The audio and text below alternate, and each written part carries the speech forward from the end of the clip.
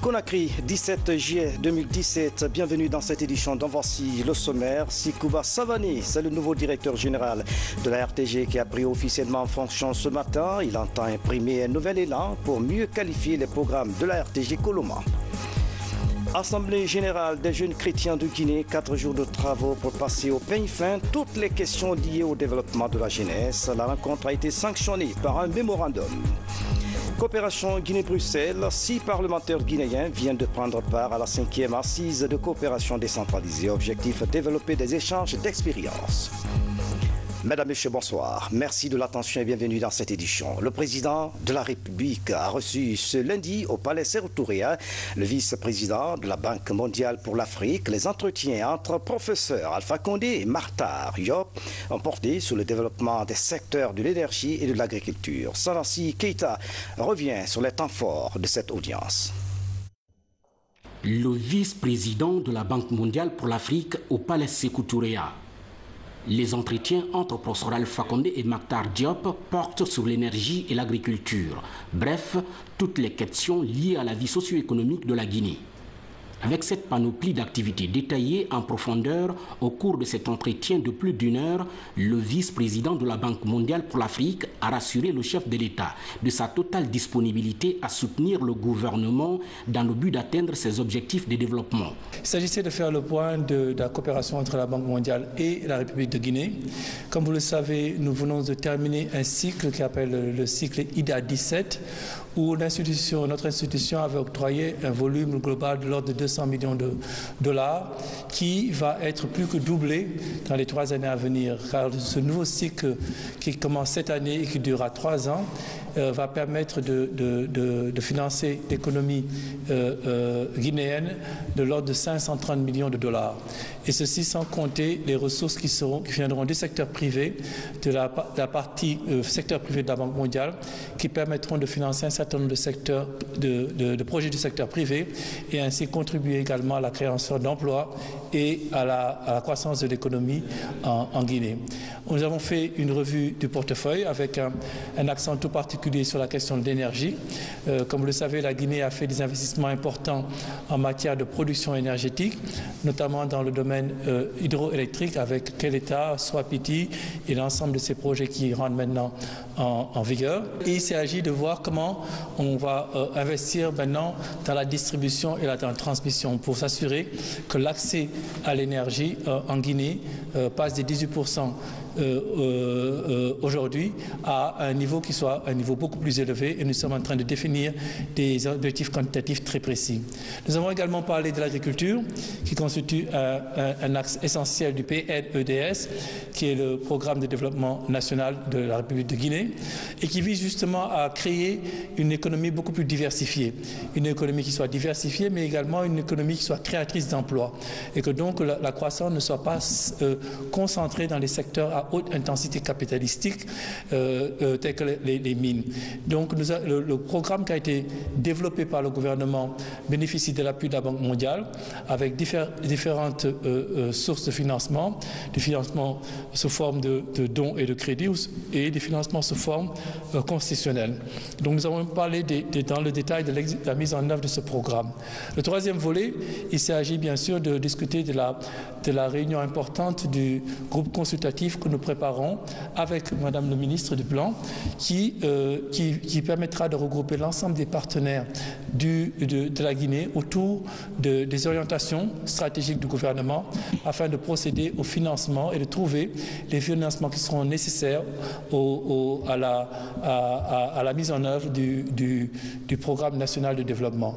Donc, in fine, c'était une visite extrêmement riche, extrêmement chaleureuse. Je me sens vraiment chez moi quand je suis en République de Guinée. Nous avons travaillé de manière très très rapprochée avec les autorités guinéennes, le ministre. Nous avons pu visiter hier des mines, la société de bauxite de Guinée. Et nous avons pu, ensemble, en tant que l'équipe de la Banque mondiale et le gouvernement, constater de visu les progrès qui ont été réalisés pour l'extension de certains projets stratégiques que le gouvernement est en train de mettre en œuvre. Donc, je quitte dans quelques heures Conakry, extrêmement satisfait et réjoui de cette visite, et surtout de l'amitié, de l'accueil chaleureux, de l'amitié que le chef de l'État montre à l'endroit de notre institution et à moi-même en tant qu'individu, et cet engagement du chef de l'État à mettre en place un programme de développement économique est quelque chose qui nous inspire, nous, au niveau de la Banque mondiale, à apporter les ressources financières nécessaires à cela. Plusieurs questions qui affectent le continent, comme les conflits, ont été également abordées au cours de cet entretien entre le président en exercice de l'Union africaine et le vice-président de la Banque mondiale pour l'Afrique. Enfin, en sa qualité de président en exercice de l'Union africaine, nous en avons profité pour faire un tour d'horizon d'un certain nombre de questions importantes qui affectent le continent, notamment au niveau des conflits et le rôle que des institutions de développement comme la Banque mondiale peuvent jouer à aider à la résolution de ces conflits en créant les conditions d'un développement durable. Mactar Diop rentre satisfait de cette visite de travail en Guinée, avec l'espoir surtout de voir la Banque mondiale soutenir davantage le chef de l'État dans sa politique de développement socio-économique en faveur du pays. Dans le même registre, le Premier ministre chef du gouvernement a échangé avec le vice-président de la Banque mondiale. Vous voyez donc en image, c'était en présence de plusieurs membres du gouvernement et du cabinet de la présidence de la République. L'objectif de cette rencontre était de développer les échanges dans le cadre de la stabilité macroéconomique. Et puis le ministre d'État, président du Conseil présidentiel des investissements, M. Ibrahima Kassory Fofana, porte à la connaissance des médias publics et privés que la 5e session de la Commission intergouvernementale guinéo-russe de coopération économique, scientifique, technique et commerciale se tiendra les 18 et 19 juillet 2017 à Conakry. L'ouverture des travaux aura lieu à l'hôtel Noum à partir de 9h. Le nouveau directeur général de la RTG Coloma a officiellement pris fonction ce matin devant le ministre d'État, ministre conseiller spécial du président de la République et devant de nombreux responsables des médias. Sekouba Savané remplace ainsi Yamoussa Sidibé qui occupait ce poste depuis plus de 4 ans. Le nouveau directeur général de la RTG invite ses collaborateurs à se donner la main pour relever les grands défis qui assaillent les médias d'État. Maïmouna Belayalo, reportage. Après plus de 4 années à la tête de la radiodiffusion télévision guinéenne, Yamoussa Sidibé passe le témoin à Sekouba Savané. Dans ces moments chargés d'émotions, le directeur général sortant a rappelé quelques acquis de sa gestion. Je voudrais souligner que lorsque nous accédions aux fonctions exaltantes et contraignantes de directeur général de la RTG en 2013, il n'existait qu'un seul JRI, journaliste reporter d'image. Aujourd'hui, une dizaine a été formée sur notre initiative, dont 5 selon les formateurs capables de travailler dans n'importe quelle rédaction de pays occidentaux. Les techniciens et réalisateurs découvrent et apprivoisent les secrets des émissions de plateau. La lumière, le son, les images et les subtilités d'une réalisation vidéo n'auront plus de secret pour les jeunes techniciens de la maison. Le nouveau patron de la RTG est bien connu de la presse guinéenne. L'homme compte poursuivre les réformes et booster les compétences et s'engage pour une information juste et équilibrée. La présente mission est pour moi un sacerdoce et je ferai tout pour être à la hauteur de la confiance du chef de l'État et des attentes légitimes des auditeurs et des téléspectateurs de la RTG Coloma. La communication et l'information occupent une place importante dans le processus de bonne gouvernance dans lequel est engagé le gouvernement du professeur Alpha Condé. Des progrès sont en cours pour le renforcement des capacités technologiques et infrastructurelles de ce secteur, en particulier la transition vers la télévision numérique terrestre TNT. Sekouba Savané aura à ses côtés un personnel motivé à relever de nouveaux défis. À notre camarade directeur général entrant, Sekouba Savané, nous estimons que la confiance portée sur votre personne par le chef de l'État et le respect des principes fondamentaux d'une administration publique, à savoir l'égalité et la légalité, vous permettront de faire preuve d'audace, de l'audace et toujours de l'audace, dis-je, qualité nécessaire pour engager de grandes réformes au sein de notre institution qui en a grandement besoin pour sa survie. Plusieurs cadres du ministère de la Communication et du monde de la presse ont assisté à cette cérémonie. Le ministre d'État, conseiller à la communication du chef de l'État, était présent. Cette nomination n'est pas que symbolique, parce que, comme vous le savez, M. Sekouba Savané est issu de la presse privée, ce qui veut dire presse publique et privée, c'est la même presse nationale.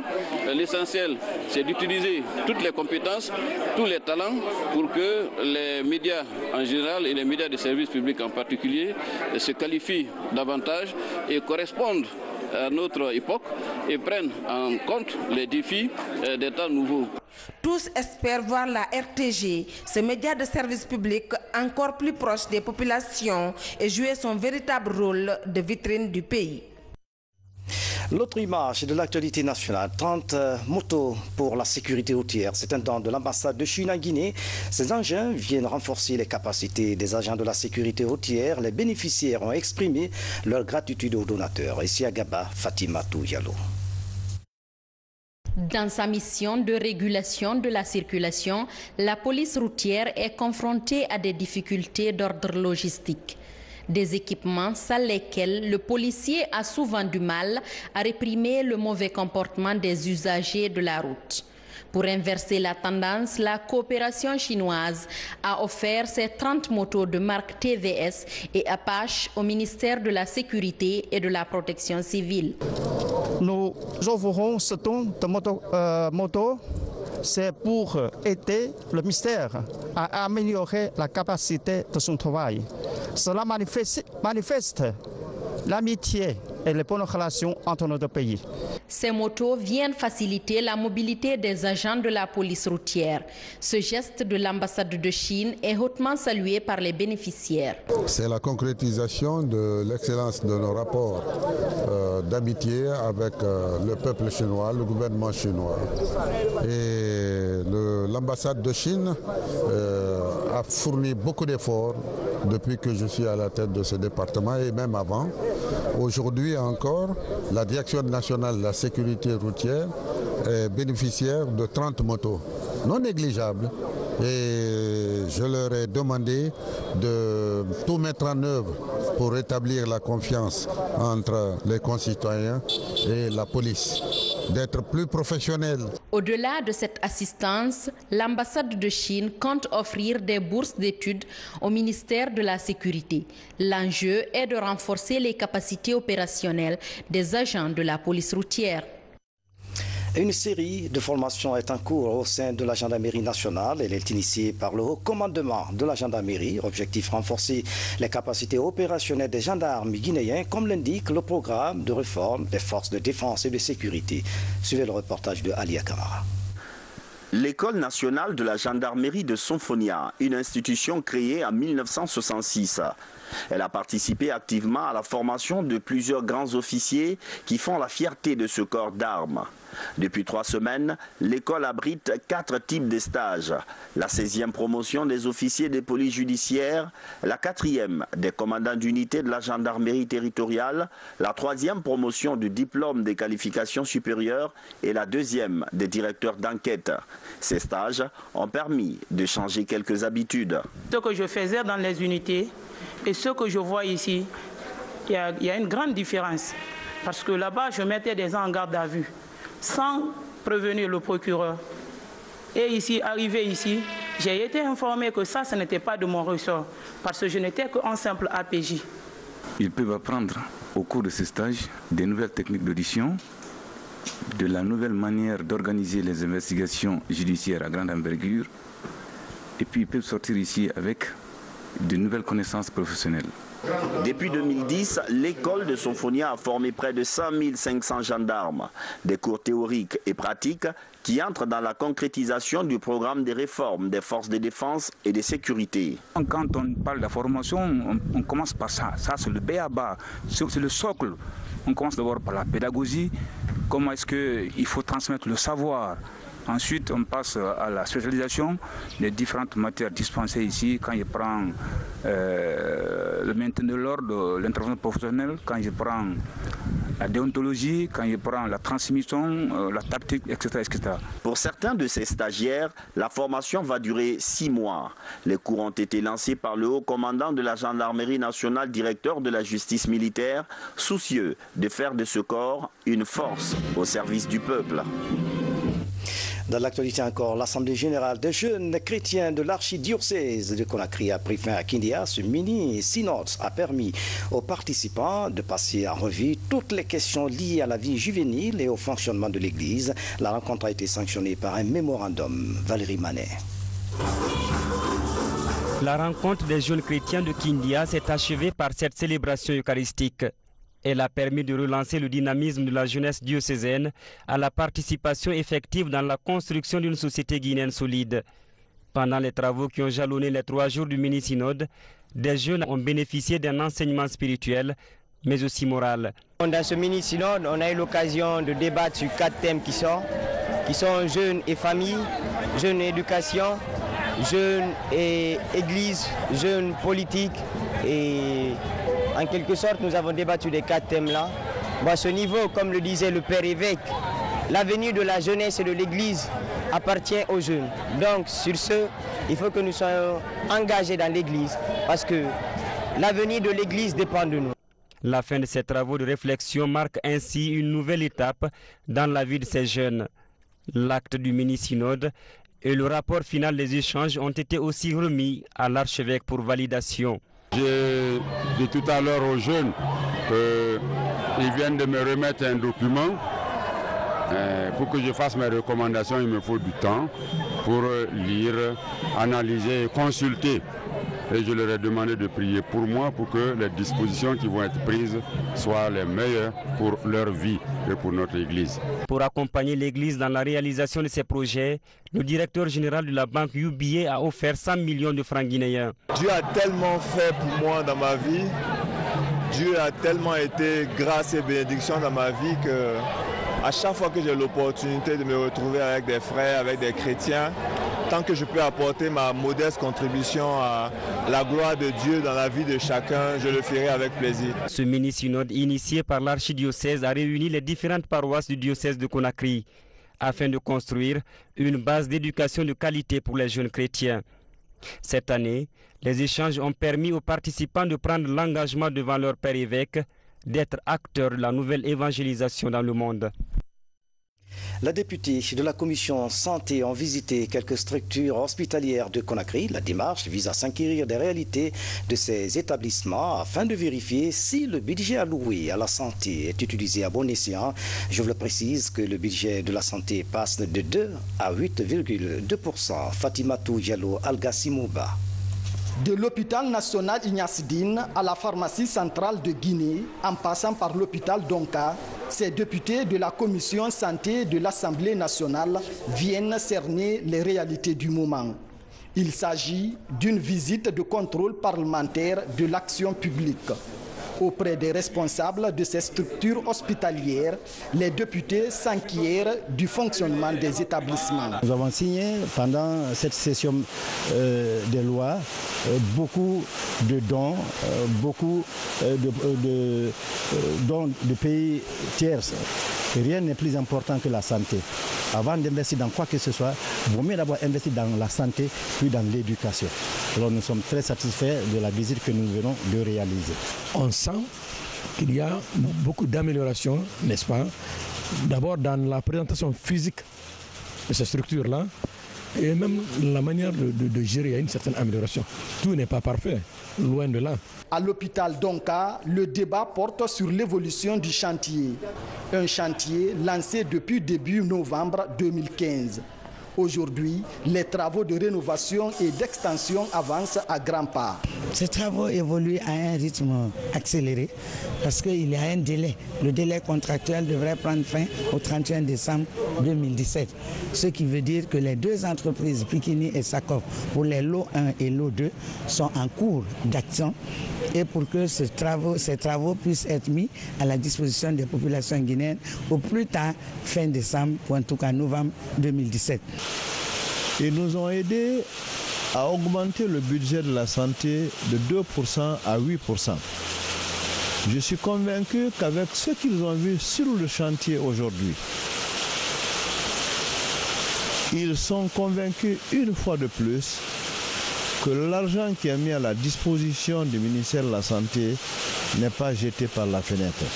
Ces actions des élus du peuple bénéficient de l'appui technique du projet HFG, Health Finance Governance, une ONG américaine qui se fixe pour objectif l'amélioration du système sanitaire des pays en voie de développement. Fini la 5e assise de coopération de Bruxelles. Les parlementaires guinéens ont pris part à cette édition qui avait pour objectif de développer des échanges d'expériences entre les responsables africains et européens. Les débats ont porté sur la coopération décentralisée. Ablé Diallo signe ce reportage.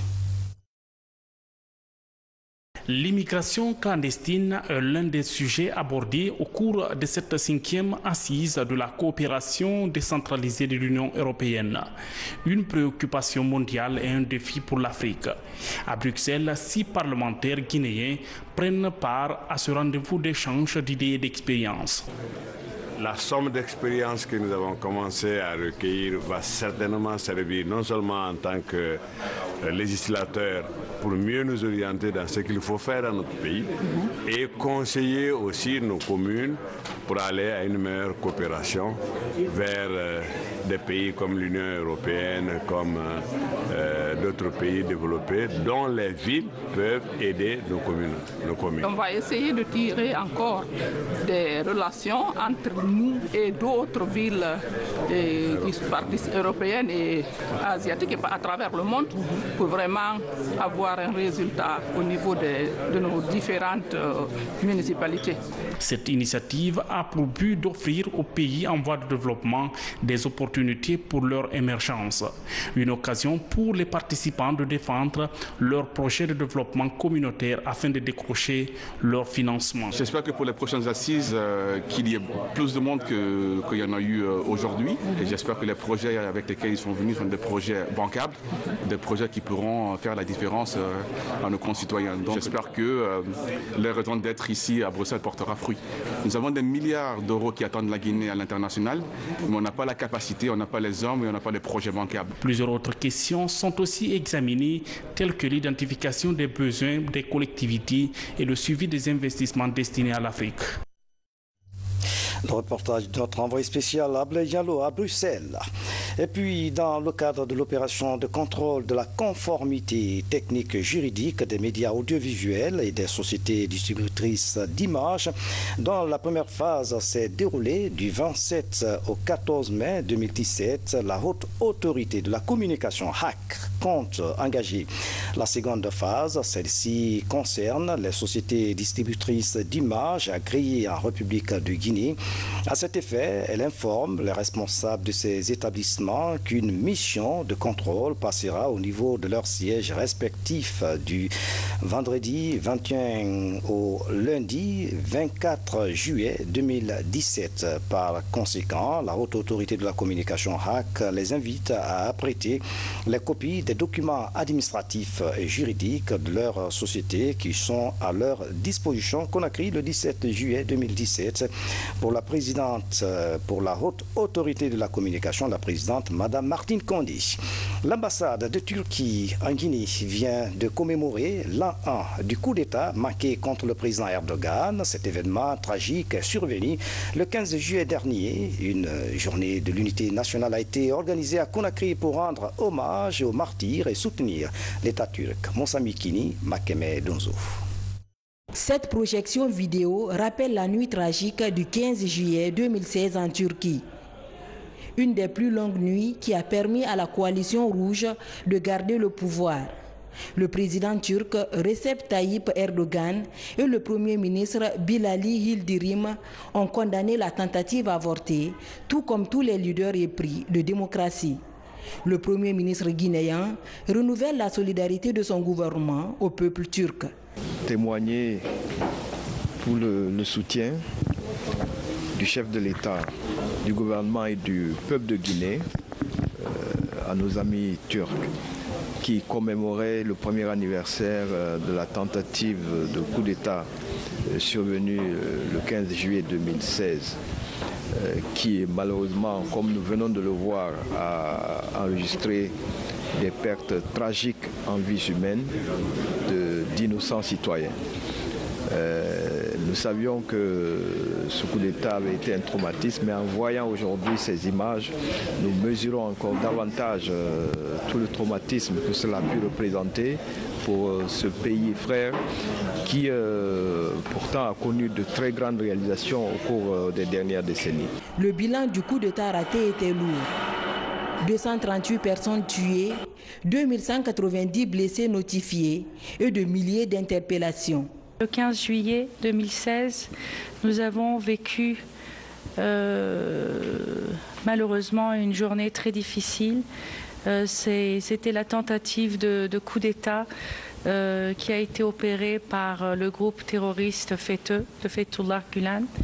Ce sont les citoyens turcs eux-mêmes qui ont sauvé la démocratie turque. Mais nous célébrons cette journée comme la journée de la démocratie, parce que ce soir-là, ça a été un grand test pour nous. Peu à peu, la Turquie retrouve son équilibre institutionnel et poursuit son édification. Clin d'œil sur la section RPG de Taouya. C'est le nom d'un ouvrage édité par un militant du RPG. L'ouvrage retrace l'évolution du parti et rend un vibrant hommage au chef de l'État, professeur Alpha Condé. Voici le reportage de Nabi Zakaria Bangora.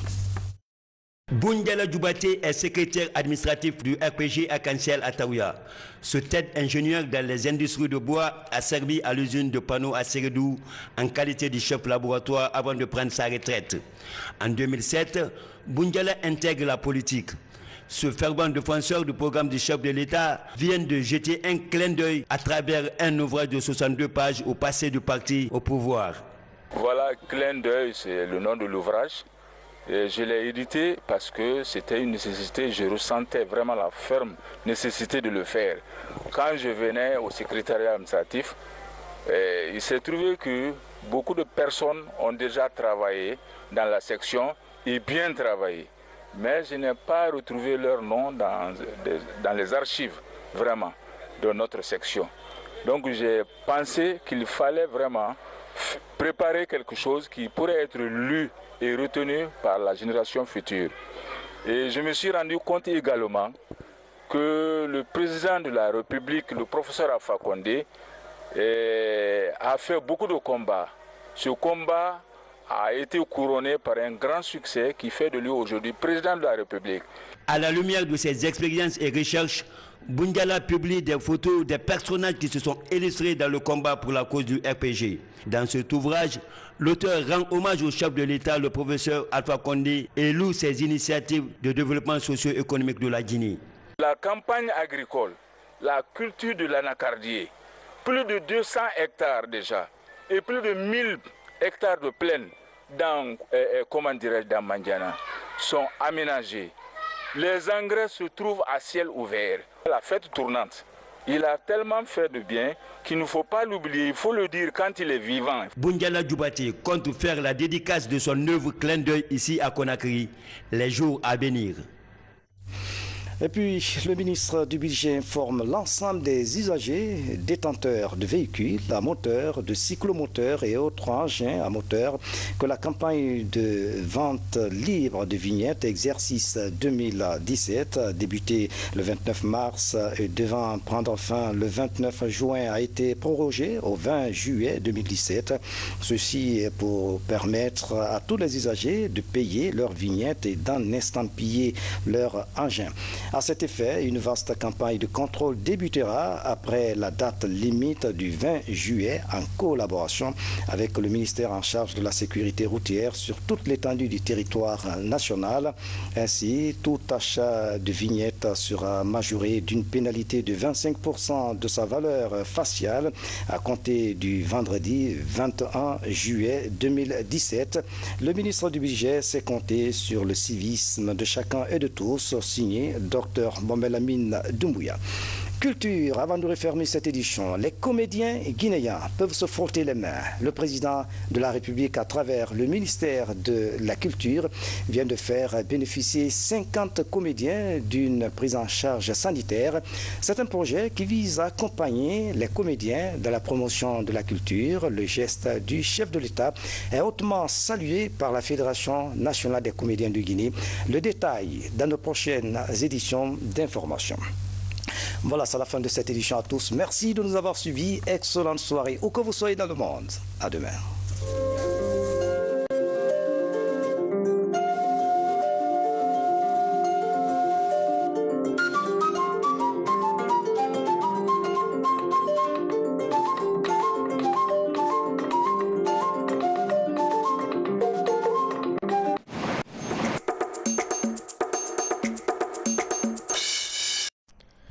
La passation des charges, une tradition qui scelle la continuité dans l'administration.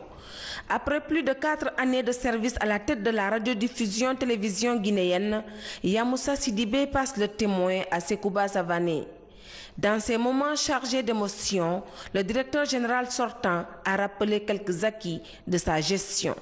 Je voudrais souligner que lorsque nous accédions aux fonctions exaltantes et contraignantes de directeur,